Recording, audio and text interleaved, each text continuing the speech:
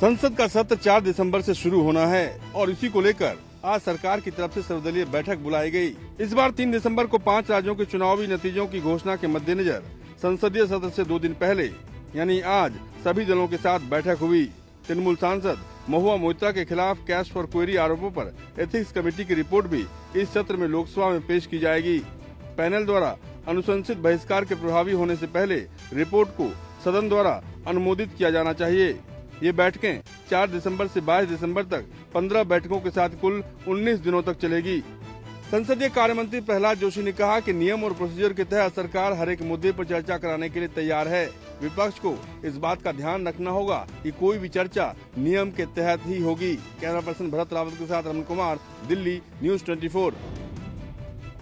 मध्य प्रदेश की 230 विधानसभा सीटों के नतीजे कल आएंगे और उसको लेकर मतगणना की तैयारियां पूरी चुनाव आयोग ने कर ली हैं। बात की जाए तो मध्य प्रदेश में 5061 जो मत टेबल तैयार किए गए हैं, जहां पर मतों की गणना होगी। इनमें में से 692 अलग से टेबल तैयार किए गए हैं, जिन पर पोस्टल बैलेट गिने जाएंगे।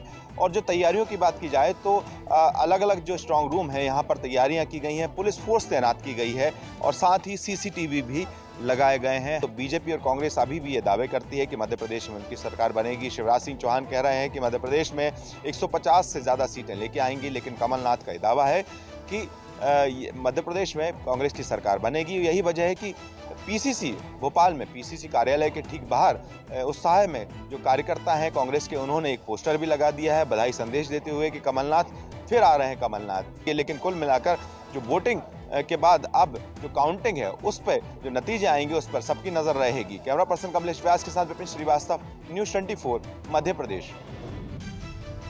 राजस्थान विधानसभा चुनाव के नतीजे आने में अब 1 दिन का वक्त ही बाकी है। ऐसे में सभी राजनीतिक दलों की धड़कनें भी बढ़ गई है, क्योंकि इस बार एग्जिट पोल में किसी भी राजनीतिक दल को पूर्ण बहुमत के साथ सरकार बनते हुए नहीं दिखाया गया है। कांटे की टक्कर बताई जा रही है कांग्रेस और बीजेपी के बीच में। यही कारण है कि इन दोनों ही राजनीतिक दलों के बड़े नेता अब प्लान बी पर भी काम कर रहे हैं। प्लान बी के तहत बागियों और निर्दलियों को साधने की कोशिश की जाएगी। यही कारण है कि दोनों ही पार्टियों के बड़े नेता लगातार बागियों और निर्दलियों को फोन कर रहे हैं। ऐसे बागियों और निर्दलियों का चयन भी कर लिया गया जो कि इस बार चुनाव जीत सकते हैं। कांग्रेस पार्टी की तरफ से जहां मुख्यमंत्री अशोक गहलोत, पीसीसी अध्यक्ष गोविंद सिंह डोटासरा लगातार निर्दलीय और बागियों से संपर्क में हैं, वहीं बीजेपी की ओर से पूर्व मुख्यमंत्री वसुंधरा राजे, केंद्रीय मंत्री गजेंद्र सिंह शेखावत, इसके अलावा राजेंद्र राठौड़ नेता प्रतिपक्ष हैं। ये तमाम बड़े नेता अपने अपने तरीके से अपने अपने समर्थक निर्दलीय और बागी उम्मीदवारों को अपने पक्ष में करने की अभी से कोशिश में जुटे हुए हैं। कैमरामैन विजय सिंह के साथ श्रीवत्सन, जयपुर, न्यूज 24। मैं भी केजरीवाल नाम से आम आदमी पार्टी की दिल्ली सरकार ने एक अभियान चलाया है, जिसमें वो डोर टू डोर यानी घर घर जाकर लोगों से ये जानने की कोशिश कर रहे हैं अगर अरविंद केजरीवाल गिरफ्तार हो जाते हैं तो क्या वो सरकार जेल से चलाए, इस्तीफा दें या कोई और किसी और को सीएम बनाए। तो इस बात को लेकर लगातार आम आदमी पार्टी के विधायक जो है वो डोर टू डोर जा रहे हैं। करीब करीब 250 मतदान केंद्रों पर आज आतिशी जी हैं, आतिशी जो हैं वो जा रही हैं डोर टू डोर। कल आपने गोपाल राय को देखा होगा, आज आतिशी जी हैं, ये डोर टू डोर जा रही हैं और लोगों से ये जानने की कोशिश कर रही हैं कि आखिर अरविंद केजरीवाल जो है वो घर से या इस्तीफा दें या ना दें। तो ये लोगों की आम राय जो है लोगों की वो जानने की कोशिश की जा रही है।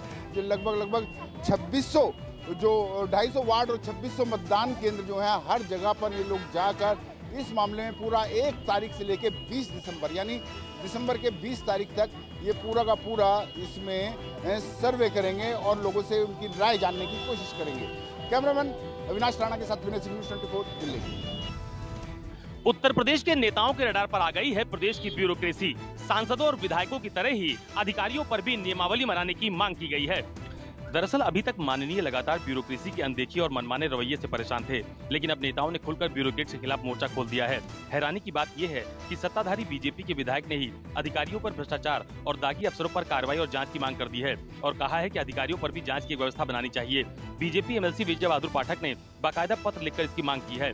पत्र में कहा गया है कि जैसे सांसद विधायकों की सुनवाई MP MLA कोर्ट में होती है, लेकिन ब्यूरोक्रेसी को लेकर कोई व्यवस्था नहीं है। आरोप लगते हैं, जांच शुरू होती है और जांच होते होते वो रिटायर हो जाते हैं, लेकिन कार्रवाई नहीं होती है और वो बचकर निकल जाते हैं। ऐसे में इनके लिए भी नियमावली होनी चाहिए। यही नहीं, पत्र में ये भी लिखा गया है कि अधिकारियों पर आरोप तो लगते हैं, लेकिन जांच पूरी नहीं होती है। ऐसे में इस दिशा में ठोस कदम उठाए जाने की जरूरत है। कैमरा पर्सन सचिन सैनी के साथ अशोक तिवारी, लखनऊ, न्यूज़ 24। पटना हाईकोर्ट ने बिहार सरकार को एक बड़ी राहत दी है। पटना हाईकोर्ट ने उस याचिका को खारिज कर दिया है जिसमें आरक्षण पर रोक लगाने की मांग की गई थी।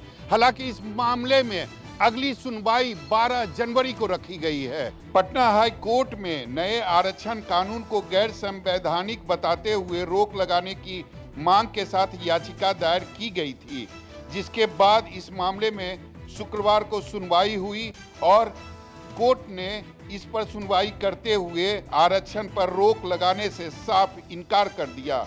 इसके साथ ही कोर्ट ने राज्य सरकार से आगामी 12 जनवरी तक अपना जवाब दाखिल करने को कहा है। बिहार सरकार को पहले से अंदेशा था कि बिहार आरक्षण के खिलाफ कोई ना कोई या तो पटना हाई कोर्ट में या फिर सुप्रीम कोर्ट में याचिका डाल सकता है। इसीलिए बिहार सरकार ने केंद्र सरकार से अनुरोध किया था कि बिहार आरक्षण को संविधान के 9वीं अनुसूची में शामिल किया जाए। कैमरामैन ऋषि के साथ सौरभ कुमार, पटना, न्यूज़ 24।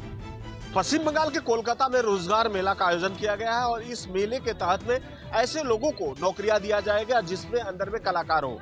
ये कला कोई भी हो सकता है, जिस तरह से विकलांग लोग हैं और इन सब सारी चीजों को विकलांग को लोगों के द्वारा बनाया जा रहा है और ये रोजगार मेला का यहाँ पे आयोजन किया गया है। और जो इसमें कलाकारी, जिनमें जिस तरह से देखे कि मूर्तियों को बनाया गया है, यहाँ पे देखे जिस तरह से पैकेट है, कागज के पैकेट हो, जूट के पैकेट हो और जूट से बने हुए जिस तरह की सारी यहाँ पे जो सामग्रियां हैं उस तरह का है। और बाकायदा यहाँ पे एक काउंटर खोला गया है। इस काउंटर के माध्यम से जो फॉर्म यहाँ जमा किया जा रहा है, ये फॉर्म के द्वारा कि जो लोग इसमें योग्य होंगे और उन्हीं लोगों का सिलेक्शन किया जाएगा और यहाँ कह सकते हैं कि पश्चिम बंगाल के सरकार के द्वारा उन व्यक्ति को रोजगार दिया जाएगा। तो इस तरह से पश्चिम बंगाल में एक बार फिर से रोजगार मेले का आयोजन किया गया है और लगातार इस रोजगार के तहत में जो लोग अपने द्वारा जो सामग्रियां हैं, जो अपनी कलाओं को जो यहाँ पे बनाए हैं, उन सब चीजों का यहाँ पे प्रदर्शनी लगाया गया है और उसके बाद फॉर्म यहाँ पे भरने के बाद उन व्यक्ति का सिलेक्शन किया जाएगा जो योग्य होंगे और पश्चिम बंगाल सरकार के द्वारा उन लोगों को यहाँ पे रोजगार भी दिया जाएगा। कैमरामैन विनोद के साथ मनोज पांडे, न्यूज़ 24, कोलकाता।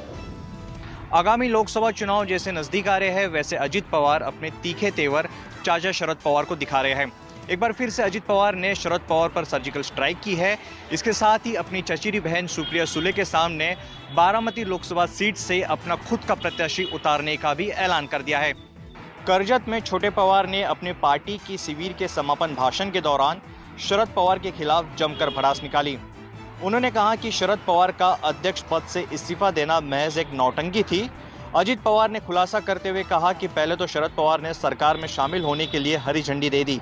इसके तहत उन्होंने पार्टी अध्यक्ष पद से इस्तीफा भी दे दिया, लेकिन बाद में यूटर्न लेते हुए खुद ही समर्थकों से इस्तीफा वापस लेने के लिए आंदोलन करने के लिए कहा। शरद पवार के इस्तीफे की कहानी पूरी स्क्रिप्टेड थी।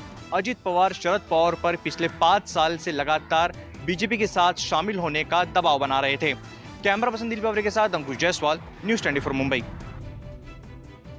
मराठा आरक्षण को लेकर सरकार द्वारा दी गई समय सीमा जैसे जैसे नजदीक आ रही है, मराठा आंदोलनकारी आक्रामक हो रहे हैं। कल जालना की सभा में मनोज जारंगे पाटिल ने सीधे एकनाथ शिंदे सरकार को चेतावनी दी है कि सरकार 24 दिसंबर तक मराठा आरक्षण का अपना वादा पूरा करे, नहीं तो मुश्किल हो जाएगी।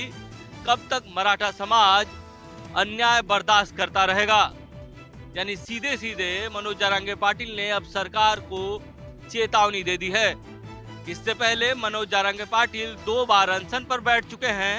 दूसरी बार जब मनोज जारंगे पाटिल अनशन पर बैठे थे तब महाराष्ट्र में लॉ एंड ऑर्डर की सिचुएशन पैदा हो गई थी। कई जगहों पर बसों में मराठा समाज के लोगों ने तोड़फोड़ की थी, कुछ विधायकों के घर जलाए गए थे। ऐसे में अब सरकार की चिंता बढ़ गई है। कैमरामैन दिलीप बावरे के साथ इंद्रजीत सिंह, न्यूज़ 24 मुंबई। राम मंदिर निर्माण कार्य समय पर पूरा करने के लिए बढ़ाए गए कारीगर, अब 3500 कारीगर दिन रात करेंगे निर्माण कार्य।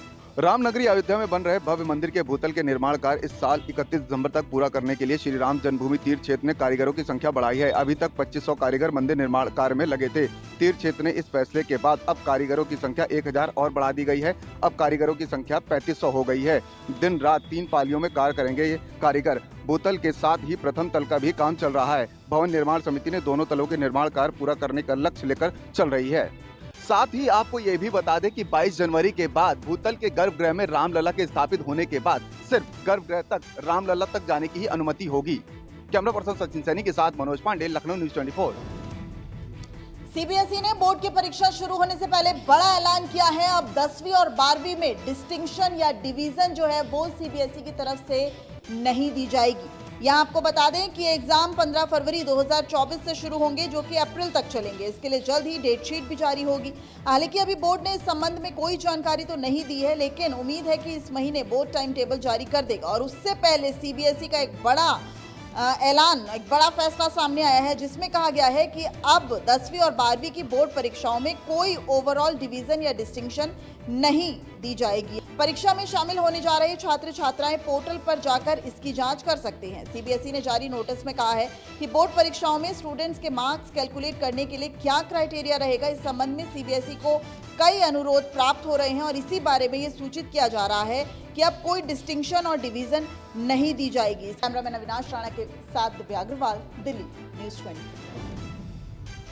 बिहार में शराबबंदी को लेकर पुलिस लगातार ऑपरेशन चला रही है, अभियान चला रही है, लेकिन शराब माफिया हैं कि रोज नए नए तरीके ढूंढ रहे हैं। पटना के गर्दनीबाग इलाके में पुलिस ने गुप्त सूचना के आधार पर एक एम्बुलेंस को रोका और जब उसकी जांच की तो एम्बुलेंस के अंदर से मरीज नहीं बल्कि शराब की पेटियां बरामद हुई। करीब करोड़ों की ये शराब बाहर से मंगाए गए थे और पटना के अलग अलग इलाकों में इसे डिलीवर करना था। इसमें काफ़ी विदेशी और ब्रांडेड शराब थे जिनकी कीमत काफ़ी ज़्यादा होती है। बताया जा रहा है कि ये सभी शराब पश्चिम बंगाल से अलग अलग माध्यम से यहाँ लाए गए थे और उसके बाद यहाँ पटना के विभिन्न इलाकों में इसे सप्लाई भी गई। कैमरामैन सनी के साथ अमिताभ ओझा, पटना। भारतीय सेना और एनएसजी जिन लेटेस्ट पिस्टल का इस्तेमाल कर रहे हैं वो पिस्टल इस समय हमारे हाथों में है। ये है 9mm पिस्टल एस्मी। इसकी खासियत यह है कि बेहद लाइट वेट पिस्टल है और इसकी रेंज जो है वो 100 मीटर है। इसकी रिफ्लेक्स साइट है, यानी आप दोनों आंखें खोल सकते हैं और अपने टारगेट को देख सकते हैं। ये सबसे खास बात है। और जो 1 मिनट में 600-700 राउंड ये फायर कर देगी, ये सबसे खासियत है इसकी। और इसका इस्तेमाल किया जा रहा है एनएसजी और भारतीय सेना की ओर से। तो आप देख सकते हैं ये लेटेस्ट पिस्टल है। इन पिस्टल का इस्तेमाल भारतीय सेना एनएसजी कर रही है। मकसद यही है कि दुश्मन अपने नापाक मंसूबों में कामयाब ना हो पाए। कैमरामैन पवन के साथ पंकज शर्मा, न्यूज़ 24, जम्मू। गुजरात में 6 महीने में ही 1000 से ज़्यादा लोगों की हार्ट अटैक से मौत। पुलिस के बाद अब शिक्षक भी लेंगे सीपीआर की ट्रेनिंग। गुजरात के शिक्षा मंत्री कुबेर डिंडोर द्वारा पेश किए गए ये आंकड़े चौंकाने वाले हैं। प्रेस को जानकारी देते हुए शिक्षा मंत्री ने बताया कि राज्य में पिछले 6 महीने में दिल का दौरा पड़ने से 1052 लोगों की मौत हो चुकी है, जिनमें से 80% 11 से 25 साल के थे। डिंडोर ने बताया कि दिल का दौरा पड़ने के मामलों को देखते हुए लगभग 2 लाख स्कूल और कॉलेज के शिक्षकों को सीपीआर का प्रशिक्षण दिया जाएगा। इसके तहत 3 से 17 दिसंबर के बीच 37 मेडिकल कॉलेज में शिविर आयोजित किए जाएंगे। इन प्रशिक्षण शिविरों में लगभग 2500 मेडिकल एक्सपर्ट और चिकित्सक उपस्थित रहेंगे। सीपीआर ट्रेनिंग पार्टिसिपेंट को इसका प्रमाण पत्र भी दिया जाएगा। गर्मियों में या फिर विषम परिस्थितियों में सेवा दे रहे पुलिस कर्मियों को भी इस तरह की ट्रेनिंग का लाभ मिल रहा है। कैमरामैन प्रभात साथ भूपेंद्र सिंह, अहमदाबाद, न्यूज़ 24। 3 दिसंबर को होने वाले मतगणना को लेकर के तैयारियां पूरी हो चुकी है। ये आप पीछे की तस्वीर देख रहे हैं, ये यहीं पे ही काउंटिंग रायपुर ज़िले की जो है होनी है और इसी तरह से पूरे 90 विधानसभा क्षेत्रों के लिए तमाम जो जिला मुख्यालय हैं वहाँ पे मतगणना की व्यवस्था की गई है। सभी 90 विधानसभा सीटों के लिए 90 जो रिटर्निंग ऑफिसर हैं उनकी ड्यूटी लगाई गई है। 416 जो है सहायक रिटर्निंग ऑफिसर है और 4500 से भी अधिक जो मतगणना कर्मी हैं वो काउंटिंग कराएंगे और बड़ी संख्या में पुलिस बल की तैनाती भी की गई है। रायपुर ज़िले में करीब 300 से भी अधिक जो है पुलिसकर्मी पूरी तरह से सुरक्षा व्यवस्था को संभालेंगे और इसके अलावा अन्य विभागों के कर्मचारियों को भी मतगणना स्थल पे ड्यूटी पे तैनात किया गया है। ये भी दावा किया गया है कि इस बार मतगणना थोड़ी तेज होगी और करीब करीब दोपहर के 12 बजे तक स्थिति एक तरीके से साफ होने की ओर चला जाएगा। दिखाई देने लगेगा कि आखिर सरकार इस बार किसकी बनने आ रही है। कैमरामैन रेखराम के साथ वैभव Pandey, news 24, Madhya Pradesh, Chhattisgarh, Raipur. TMC party के सांसद महुआ मोइत्रा का मुश्किलें बढ़ती दिखती रही है। संसद के पहले सत्र में ही महुआ मोइत्रा को जिस तरह से लगातार उनके आरोप है कि जो सवाल पूछने के बदले में पैसे लिया करते थे और उस पर गंभीर आरोप लगा था, वहीं पे कमेटी ने इस अपनी रिपोर्ट सौंपी थी और अब संसद का शीतकालीन सत्र शुरू होते ही महुआ मोइत्रा का जो रिपोर्ट है संसदीय आचार समिति इस रिपोर्ट को सौंपेगा। तो कह सकते हैं कि अब महुआ मोइत्रा का क्या लगता है, यहाँ से संसद से उनकी सदस्यता को खत्म कर दिया जाएगा, इसको लेकर बहुत बड़े सवाल उठ रहे हैं। तो वहीं पे टीएमसी के तमाम मंत्री विधायक संसद जो जिस तरह से वहां पे सत्र शुरू होगा, सांसद महुआ मोइत्रा के साथ खड़े हुए हैं और वहीं पे जो टीएमसी लगातार उनके साथ में खड़ी हुई है। वही कांग्रेस के जो नेता अधीर रंजन चौधरी ने भी यहाँ पे ओम बिरला को पत्र लिखा है कि यदि महुआ मोइत्रा का संसद से उनकी सदस्यता खत्म किया जाता है तो एक बहुत बड़ा गंभीर मामला है। अब ये देखना है कि संसद में किस तरह का फैसला आता है और वाकई क्या महुआ मोइत्रा की सदस्यता को खत्म किया जा सकता है, ये सबसे बड़ा सवाल बना हुआ है। कैमरामैन विनोद के साथ मनोज पांडे, न्यूज़ 24, कोलकाता। दिल्ली में व्यावसायिक चीज़ों को लेकर दिल्ली सरकार ने फिलहाल एक फैसला लिया है। दिल्ली सरकार ने एक फाइल भेजी थी उपराज्यपाल के पास कि दिल्ली के अंदर 83 नए संस्थान रात भर खुले रहे। ऐसे में ये व्यावसायिक इलाके रहेंगे जहां पर ये दुकानें खुलने वाली हैं और आने वाले दिनों में दिल्ली वाले रात यानी कि नाइट लाइफ का भी मजा ले पाएंगे। उपराज्यपाल वीके सक्सेना ने शुक्रवार को दिल्ली की दुकान और प्रतिष्ठान अधिनियम 1954 की धारा 14, 15 और 16 के तहत 83 नए प्रतिष्ठानों को छूट देने के श्रम विभाग के प्रस्ताव को हरी झंडी दे दी है। इन 83 आउटलेट्स की सूची में खुदरा, फैशन, ई कॉमर्स, लॉजिस्टिक्स और खाद्य क्षेत्र के प्रमुख ब्रांड शामिल हैं। 83 नए प्रतिष्ठानों को मिली मंजूरी के बाद दिल्ली में अब ऐसे 607 प्रतिष्ठान हो गए हैं। दिल्ली सरकार की कोशिश है कि आने वाले दिनों में लोग दिल्ली के अंदर नाइट लाइफ का मजा ले पाएं। दिल्ली में तमाम वो मार्केट्स खुले रहे जहां पर लोग शॉपिंग कर पाएं और शायद यही प्रतिष्ठा और ये स्थिति बनाने की लगातार दिल्ली सरकार की कोशिश है कि व्यवस्था ऐसी बने कि दिल्ली वाले जब भी रात में निकले तो उनको मार्केट्स ओपन नजर आएं और वो शॉपिंग आसानी से करते नजर आए। कैमरा पर्सन राणा विनाश के साथ Varun Sinha, news 24। Real estate कारोबार को लेकर मुंबई से बड़ी खबर सामने आई है। इस साल शहर में लोगों ने जमकर खरीदारी की है। साल 2023 के नवंबर महीने तक हुए प्रॉपर्टी के रजिस्ट्रेशन ने पिछले 11 साल का रिकॉर्ड तोड़ दिया है। इस साल नवंबर महीने तक शहर में 1,14,000 से ज्यादा लोगों ने प्रॉपर्टी का रजिस्ट्रेशन करवाया है, जबकि साल 2022 में यह आंकड़ा 1,12,700 के करीब था। प्रॉपर्टी रजिस्ट्रेशन की वजह से स्टैम्प ड्यूटी के राजस्व में भी काफी बढ़ोतरी हुई है। साल 2022 में स्टैम्प ड्यूटी से 5,352 करोड़ रुपए का राजस्व प्राप्त हुआ था, जो साल 2022 में बढ़कर 8,000 करोड़ हो गया और साल 2023 में यह आंकड़ा बढ़कर अब 10,000 करोड़ के करीब पहुंच चुका है। इस साल जो प्रॉपर्टी रजिस्ट्रेशन हुआ है उससे यह कहीं ना कहीं रियल एस्टेट के कारोबार में तेजी का संकेत दे रहा है। कैमरामैन विनोद सिंह के साथ राहुल पांडे, न्यूज़ 24, मुंबई। पंजाब के मुख्यमंत्री भगवंत मान और आम आदमी पार्टी के राष्ट्रीय संयोजक अरविंद केजरीवाल आज पंजाब के गुरदासपुर पहुंचे। यहाँ पर दोनों मुख्यमंत्री ने एक विकास क्रांति रैली को संबोधित किया। दौरान दोनों मुख्यमंत्रियों ने गुरदासपुर लोकसभा के लिए 1854 करोड़ रुपए की लागत वाली विकास प्रोजेक्ट की शुरुआत की। साथ ही सीएम मान और अरविंद केजरीवाल ने गुरदासपुर में 14 करोड़ 92 लाख रुपए की लागत की एक 6 एकड़ में बना बाबा बंदा सिंह बहादुर अंतर्राज्यीय बस टर्मिनल और रेलवे अंडरपास का भी उद्घाटन किया। साफ तौर पर मुख्यमंत्री भगवंत मान ने लोगों को संबोधित करते हुए बीजेपी पर जमकर निशाना साधा। बीजेपी के वोट बैंक पर आम आदमी पार्टी का जो नजर है वो साफ तौर पर देख रही है और एक के बाद एक योजनाएं जो है इस क्षेत्र में देखने को मिल रहे हैं और अरविंद केजरीवाल ने भी सीधे तौर पर बीजेपी को अपने निशाने पर रखा। उन्होंने साफ तौर पर कहा कि बीजेपी से बातें करती है, पंजाब की अगर हम विकास की बात करें तो आम आदमी पार्टी ही इसका विकास कर सकती है। गुरदासपुर से कैमरा पर्सन अजय राणा के साथ अमित पांडे, न्यूज़ 24। गाजियाबाद के ट्रोनिका सिटी इलाके में एक गैंगरेप का मामला सामने आया है। पीड़िता की शिकायत पर पुलिस ने मुकदमा दर्ज कर दिया है और आरोपियों की तलाश शुरू कर दी है। बताया जा रहा है कि एक महिला अपनी महिला मित्र और उसके मित्र के साथ में स्कूटी सीखने एक रोड पर गई थी, जहां सुनसान इलाके पर ये तीनों लोग स्कूटी सीख रहे थे। वहीं पर कुछ लोग आए और इनको ओवर पावर करके अलग अलग दिशा में ले गए। ऐसी कंडीशन में पीड़िता के साथ में 2 लोगों ने अलग अलग करके गैंगरेप किया है। पुलिस ने इस पूरे मामले में मुकदमा दर्ज कर अपराधियों की तलाश शुरू कर दी है, लेकिन 24 घंटे से ऊपर का वक्त बीत जाने के बाद भी पुलिस के हाथ अभी तक पूरी तरीक़ा से खाली हैं। कैमरा पर्सन नितिन के साथ में मोहम्मद यूसुफ, गाजियाबाद, न्यूज़ 24।